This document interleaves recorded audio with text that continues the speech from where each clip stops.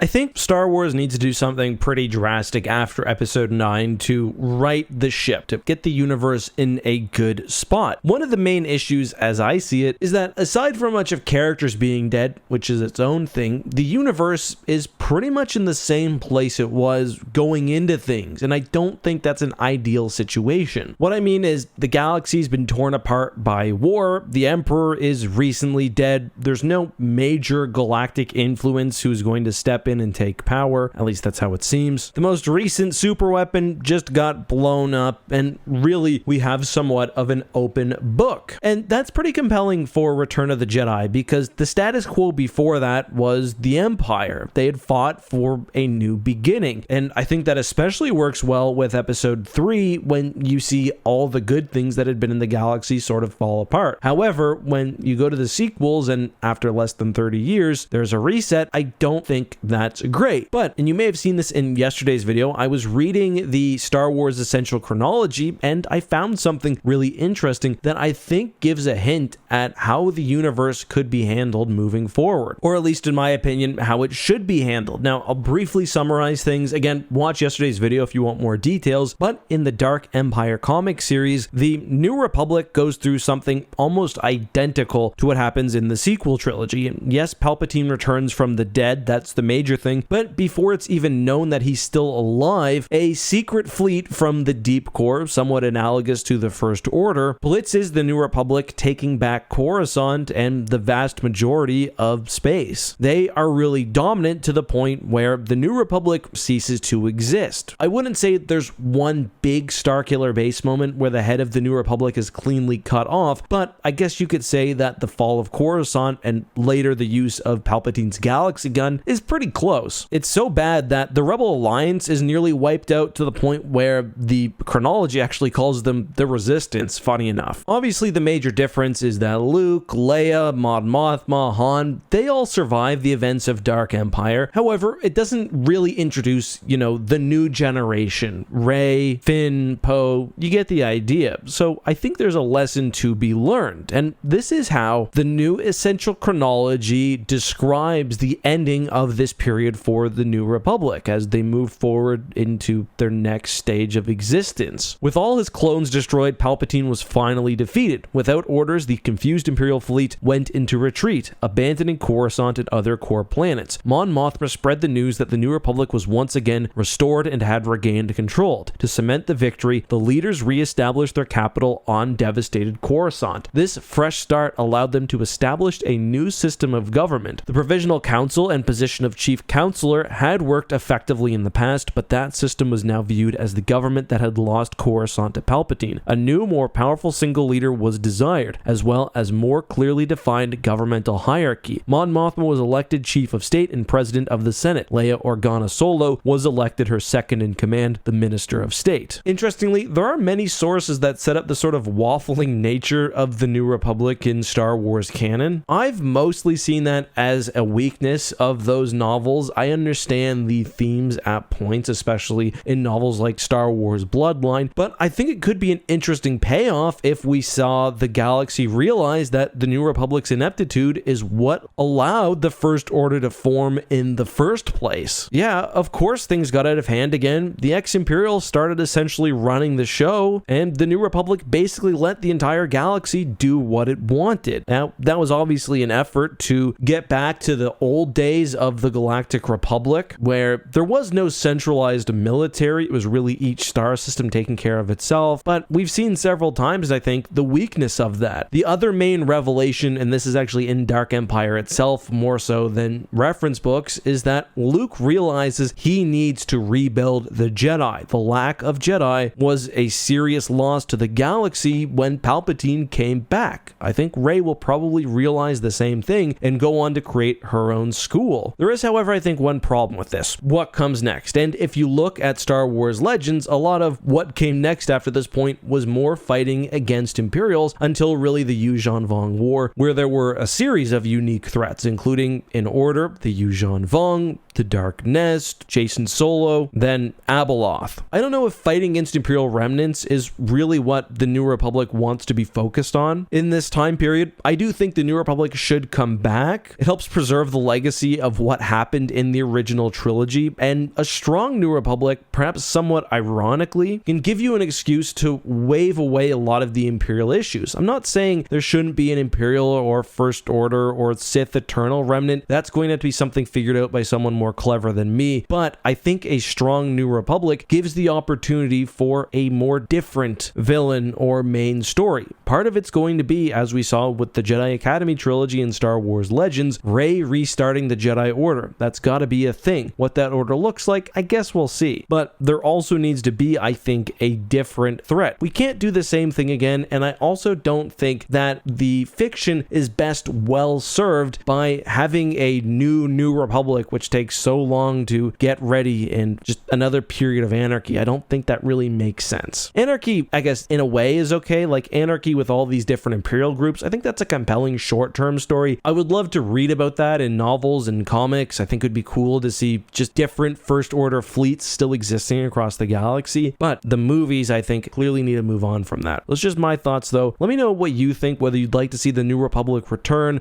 maybe just called the Republic now, whether you would like to see a distinct threat, maybe combated by a stronger New Republic, whether that's the Sith or something else, or whether you don't agree with me and I'm off base. I look forward to reading all of your thoughts down below.